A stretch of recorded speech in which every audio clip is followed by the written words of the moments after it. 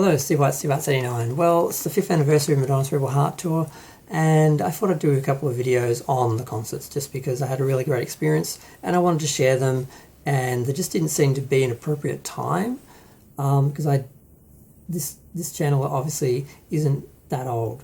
I had another channel before that was sort of built on Madonna's videos because I opened up a channel just to make comments on videos, and then people were asking me after the concert, put your videos up, because I had some really good videos of her monologues and her performing. And I eventually, like in August, like months after the show, I put them up, which is pretty slack. And then a few months after that, or I don't know how long after that, I got an email saying, congratulations on your 500 subscribers. I'm like, on what on YouTube? What YouTube channel? And I remembered that I had it. So I thought, well, I should do something with this. So I was following all the drama with Star Trek Discovery, so I ended up doing a lot of videos about that and building the channel up and all that. I eventually had to start a new channel, which is the one I've got now, and I lost all the subscribers because I had hundreds of thousands of views on the Madonna videos, and that really helps with getting your videos sort of promoted on YouTube. So my first channel did quite well. I grew my channel pretty quickly. I doubled that 500 really quick. But then I had to start a new channel, and that's what I've got now. And that was given quite a bump from Madonna's Madame X promotional tour, which is what I call it. So yeah, I was kind of bitter because I had missed the girly show when I was young. I'd wanted to go, but no one would take me to it. I was too young to go by myself. I would have had to travel to another state, because Madonna didn't come to my state. I lived in Tasmania, which was the island state of Australia. She only went to, I think, Victoria, New South Wales, and Brisbane, I think, the original girly show tour. And I was pretty bitter because I missed it. And I sort of thought, well, I'll go to the next show. And people kept saying to me, I'll go to the next one. Like it was going to be, like she was going to come here for the next show. So I expected that. Didn't happen. Drown World Tour, watched it on TV. Okay. A few other tours went. I'd planned to go. I cancelled because Madonna was supposedly coming to Australia. She didn't again. She was supposed to be coming a couple of times. It didn't. I gave up. I said, look, I'm not travelling for her. If she doesn't come here, I'll just never see her. It's fine. Maybe just watching it on TV is better than actually being there in real life, because maybe the illusion, the fantasy of how great it would be better than the actual concert. So I just resigned myself from doing it. I'd always had a Madonna fund of money saved up just in case she came. I started spending into that because I didn't care. And then it got announced that this might be her last tour. The Rebel Heart was the 10th tour. It might be the last tour. And there was talk that she was definitely coming to Australia and New Zealand and a few other places that she hadn't been before. And I was like, ooh, how much money is in that account again? So it was announced she came, and I was really lucky. The first ticket I tried to get was exactly where I wanted it, like a row behind the center of the heart stage. I was like, that's pretty much. I mean, I prefer the row in front of, but second is pretty good, because you just put in a ticket and you just get a random, ticket. You don't get to like choose your seat really, just like your basic section. So that was amazing. And the second ticket, because I'd always imagined I'd just pay for a VIP one and be up the front, and that'd be the best seat, and I'd just do one concert well. Then it occurred to me, there's no way you can't go to all the concerts. There's no way you could be sitting at home while there's a Madonna concert on and not dying inside. So I ended up getting the second ticket. And the second ticket was less expensive and better because the heart stage, you get to see the whole show. You're not looking at the show from behind. You're centered. And when she comes down to do an intimate section with the audience, you're right there. So that was the best show. That was the best ticket. And that was the first night. The second night was supposed to be the big seat because I got up the front. Well, I was actually ended up being 5 from the front because the first couple of rows were really incredibly expensive, and also wanted to be right in between the cross stage and the heart stage, so I wasn't sort of as far away from the heart stage and the cross stage. I wanted to sort of try and be in the middle, and the plan was to get a seat in between the cross stage and the heart stage for Sydney. So I got Melbourne was up the front and in front of the heart stage. Sydney was supposed to be in between the cross stage and the heart stage, and then in front of the heart stage, and then the final shows in Brisbane were supposed to be I guess on the other side of the cross in between the cross and the heart on the other side, and the heart stage, or maybe both heart stages. I wasn't sure yet, because Sydney was supposed to be the last show, not just of Australia but of the whole tour. But then, after all their problems with Rocco and the court case, they ended up compacting the tour, and they moved the last two shows, which were in Brisbane, and put them in the middle of the week in between the Sydney and Melbourne shows. So now Sydney was the last show. So I was just about to buy tickets for Brisbane, because I'd gotten some good ones after a lot of work. I had to work really hard to get my seats. I had bad seats and I managed to upgrade to better seats over time. Took a lot of work. I was on that website almost every day trying to work this out, because it was 9 months of struggle to get from where I was sitting to the other seats, more so with the later concerts, not the first one, because I got where I wanted. So I ended up deciding, okay, I'm going to miss Brisbane, because I don't like Brisbane. I didn't want to go there anyway. I was just going because it was the last shows. And I was going to go to Sydney because I like Sydney. So I was going to go to all 6. And I thought, okay, well, I'll go to just Sydney. I'll skip Brisbane and I'll spend more money and hopefully get better seats for Sydney. So Melbourne, it was amazing. Everyone I knew was there. All the gays, most of my friends were going. Pretty much everyone I knew was there. So the couple of hours you were waiting for Madonna was just one big love fest where everyone just walking around talking to people they know. I met all the super fans again that I'd met out the front of the Tears of a Clown show, and they were right in front of the Heart stage, surrounding the Heart stage. So I just hung out with them because I was just seated like one row behind them. So like I just stood with them and talked to them for ages. And it was just amazing, just the reality and just the size of the show, and just it was different from most other shows. You come in, you pretty much just get there just in time for the show, and then it starts. With Madonna, you're waiting for an hour or two, and no one really knows if she's going to be on time, so everyone comes on time but then stays. So it was this really big bonding experience for all these fans, especially the ones who travelled all around the world. It was really interesting. So I hung out with all these people, and one of the guys who I think I'd met the day before, I was talking to him. He was seated like the second from the centre. And he said, oh, look, I'm going to be standing on the barrier the whole time. Why don't you have my seat? Because he asked, where am I sitting? I said, oh, like the row behind you. And he said, why don't you have my seat? I'm like, okay. Because I thought, I'm not going to sit, I'll stand behind him, which is what I did. But I sat for part of the concert, especially when we were waiting. And then to my surprise, Molly Meldrum, like music legend in Australia, who basically promoted Australian music and brought all the foreign acts to Australian shores pretty much, and had his own show, Countdown, in the 80s, which is he got the first interview with Madonna. He introduced Madonna to Australia. Madonna had her first hit. Holiday was a hit in Australia before anywhere else, before America. So we had her first hit. We launched her, thank you very much. And he was sitting next to me. Kylie Minogue was supposed to be in my seat because she was supposed to have been there and been the unapologetic bitch for that show, which was the first show of, the Australian tour, the first time she'd performed in Australia for 23 years. But Kylie didn't stay. She was in Australia the week before for something else, and Guy was trying to get her to stay to do that, but she ended up going back to England and not doing it. So that's lucky, because otherwise I would never have gotten that seat. And actually my friend was actually supposed to be in Molly's seat, and he got pushed about 5 rows back, which I still don't know how he recovered from that, from being basically in the front, having one of the best seats, because my seat and his seat were the best seats of the whole concert, to like 5 rows back. I saw him behind me. I was like, hey, God, I felt so bad, because he didn't tell me that till afterwards. So we're there. I'm standing, basically, there were 2 people on either side of the Heart stage, the point, and I was standing sort of behind them at the centre of that. So the front centre of the whole concert. It was amazing. And when she came out, I was screaming. I'm like, oh my God, this is so exciting. I didn't think I'd get that excited, but I still wasn't excited as some of the other fans. They were just next level.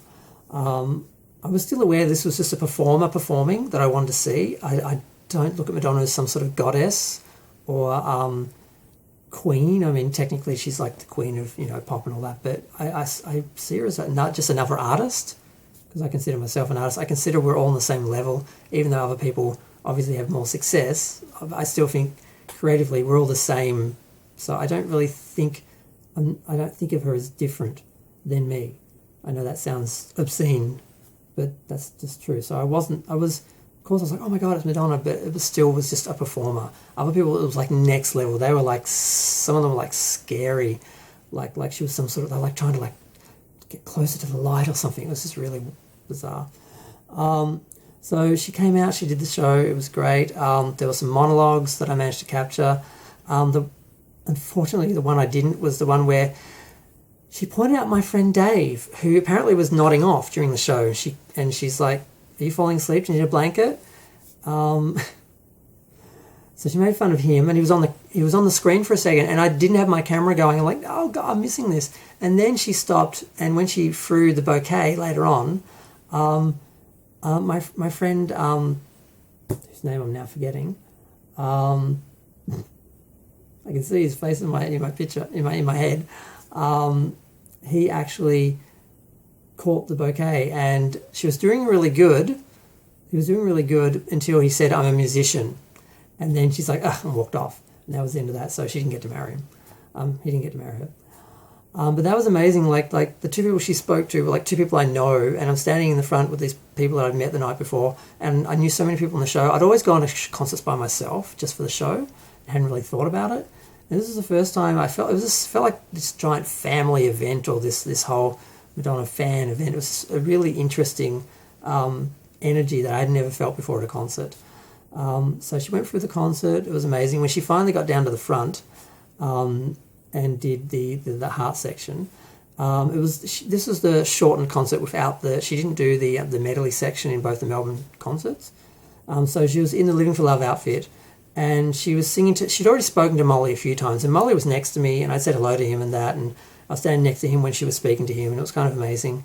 But I was very mindful of him because he had injured his arm. He'd had an accident a few years ago, and although I did put my hand on his shoulder at one point, I wasn't. It was just like it wasn't like I was like touching him or grabbing him or anything. But he sort of looked at me, and I was like, "Yeah, I know, sorry." But I was making sure people didn't, because he was sitting, I was making sure people didn't stand in his way so he could see, and it wasn't blocked or anything, and was sort of taking care of him because, he's Molly, and he was only there with one other person. She was on the other side. And then when she came out, she dedicated Take a Bow to him, basically, and was singing to him. And I thought, oh my God, I'm going to have this experience where I'm going to be next to him while she's singing to him. Unfortunately for me, a friend of mine who was down the front for the whole concert came up for that part because he knew it was going to happen. And he basically took my place because I'd left room in between me and Molly, so I wasn't crowding him. I would have stepped in a bit more when Madonna started actually singing directly to him, so I was right. I would have done that. But he got there before me because he knew that was going to happen. And he looked at me, he's like, "Oh, you don't mind me standing here with my friends, do you?" And I'm like, "No." I'm like, "Fine." I mean, clearly he wanted it more than me. I wouldn't have done that. But I don't begrudge him because he obviously wanted it more than me, and that's how but he's had a lot of great experiences with Madonna and a lot of up-close experiences, and this was my only one that I was going to get. So I resent a little bit that he kind of took it, but I also respect the fact that he wanted it more and was prepared to go further than I was to get it. So what I ended up doing was actually videoing Molly and Madonna, more so than being with Molly while Madonna was singing to him. I was more like videoing them both because when I stepped aside sort of to let him in, I was standing behind a very tall person so I had to step around him. So I was like two people away from Molly when Madonna was singing to him for the most part. I sort of went backwards and forwards. I was actually next to my friend, I'm not going to say his name, for part of it. I moved backwards and forwards and that. So I was sort of there when she was singing to him, but I sort of wasn't right next to him. So it kind of was a little bit lessened, but I did get a better view of the overall, and I got a better video of the overall tribute to Molly, and that video looks very good and got a lot of views as well.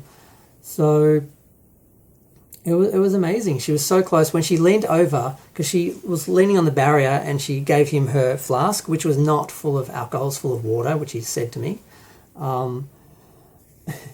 She was literally this close to me. I could have touched her. I could see all the beading on her Living for Love outfit and all that, and the stitching and everything. I was that close. I have this picture of the side of her outfit, but I didn't push or shove or jump over anyone to touch her or anything. I just let it happen. But it was just amazing to be that close and to be there in that moment. Seeing as I was one of the few people who knew who Molly was, because most of the people in the front, the superfans, were international and didn't really know who the hell Molly was. So it was great. He left just after that, and someone did pat him on the shoulder really hard and hurt him. So I'm just lucky I remembered and didn't do anything like that. But the look on his face when my friend pushed in was enough. I didn't want to be that guy, so I'm okay. Like I said, he wanted it more, he got it. So the show kept going, kept getting better. The most thrilling moment, I think, was when her dancers were on the poles, because one of them came right down, right over me. I thought he was going to touch me. He actually touched the hand of the person in the row behind me. But it was just an amazing experience to be that close. And she did indeed end with Holiday. And at that point, I was actually on the barrier because a few people had left. That was a good thing. After my friend left, after taking my space next to Molly, he gave me his space that he had on the barrier. So I now was actually against the barrier as opposed to standing sort of between the two people who were actually on the barrier. That wasn't exactly centre, but it was close enough. So at the end, I have a nice photo of me with everyone, all the superfans on one side, and then me and all the superfans on the other side of the barrier at the front, just before Holiday started.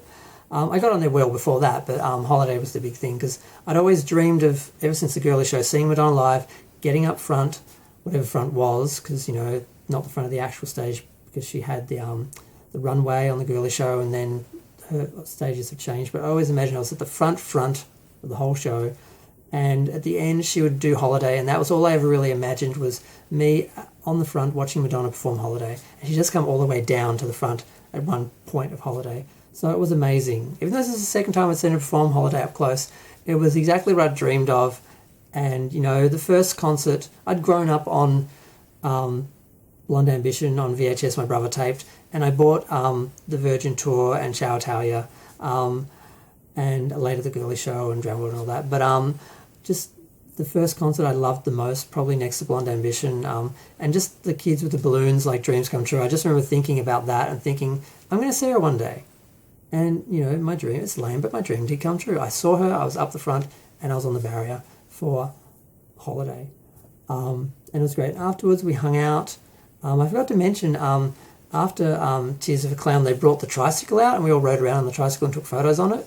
After this one, we just hung out and talked, and people just sort of went off in their own ways. And I was trying to help some of the people who weren't local sort of work out where to go for the night, and, you know, where the gay spots and all that were and all that, and trying to be hospitable. And everyone was nice. Like I saw Jake Dennis was the guy who was I'd met him years ago, actually. He didn't really remember me, but I remembered him, and we met up at Tears of a Clown. We're hanging out, and with his mum, because everyone was in the line talking to each other. It was waiting for Madonna. As much as people bitch about how late she was, it was a real communal experience, and like this bonding experience for all the fans to sit around talking while they're waiting for Madonna is what I realised, which was interesting. I saw him afterwards. I saw my friend Dave. I saw everyone. It was just a really great experience. And I went home, and on the train I read my program, which is my tradition. I always buy the program at every concert, and then I read it on the train on the way home. And also had the VIP book, which I don't always have because I don't always do VIP for concerts. And the greatest thing was all about all 10 concerts, which is great. And I looked at all my photos, I looked at all my videos, and it was just amazing. And I had 3 shows left. And I just realised I was supposed to cover the second show in this video. Okay, I'm going to do that real quick.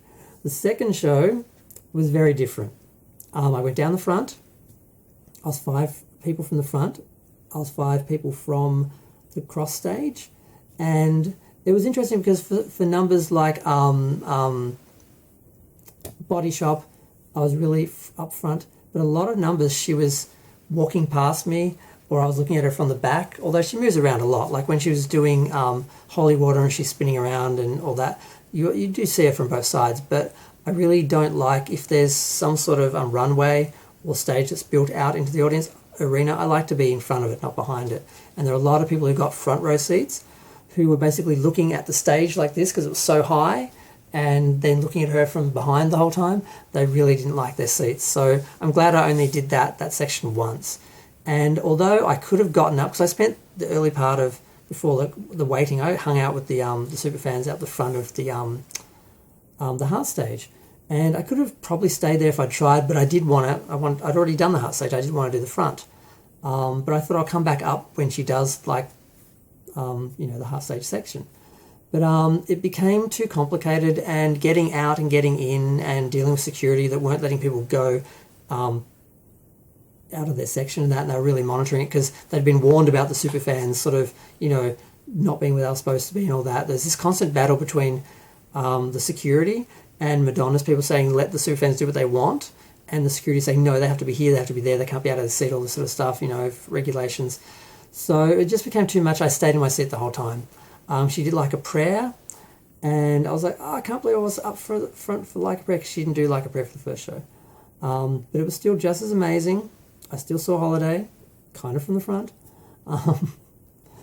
And it was very much the same experience, except just from a different view. And it was a bit lonelier because it was just me. I had a friend a couple of rows, 2 rows behind me, or ahead of me. But and he was in drag, but he was, we couldn't talk or anything. So I sort of watched the show by myself. It was a different experience. Afterwards, same thing. I hung out with the people, and I went to Puffdorf, and I actually met Madonna's DJ and her dancers, because they were all in the VIP section, which I just walked into, of course, because I'm me. They all had their little tags. I didn't need it. And I hung out with them, and I got some photos, and I just chatted with them, and other Madonna fans were there. One couldn't get in, though, so I had to come out and hang out with her for a while, and I'm like, whatever. So I hung out with her for a while, I went back in. It was a really good night. And also met one of our unapologetic bitches who was there as well, up on the podiums. I was dancing with her for a minute. What's her name? Famous Australian drag queen. Courtney Act. And yeah, that was my Melbourne experience. So I didn't mean to talk for 21 minutes, but I did cover both concerts and the afterwards, because they also had a Madonna bar party where all the fans went and they did drag shows, and everyone was really excited. The feeling was Madonna was forgiven for skipping us for all those years, because she was here now, and everyone just wanted to enjoy the show. The energy, the love for Madonna was there. It was just really great. And yeah, I'm going to go on to and do a separate video for the Sydney shows, because it's not over. Feel free to share, like, comment, subscribe, let me know what you think. I'll try not to go over 20 minutes for the next one. Thanks, bye.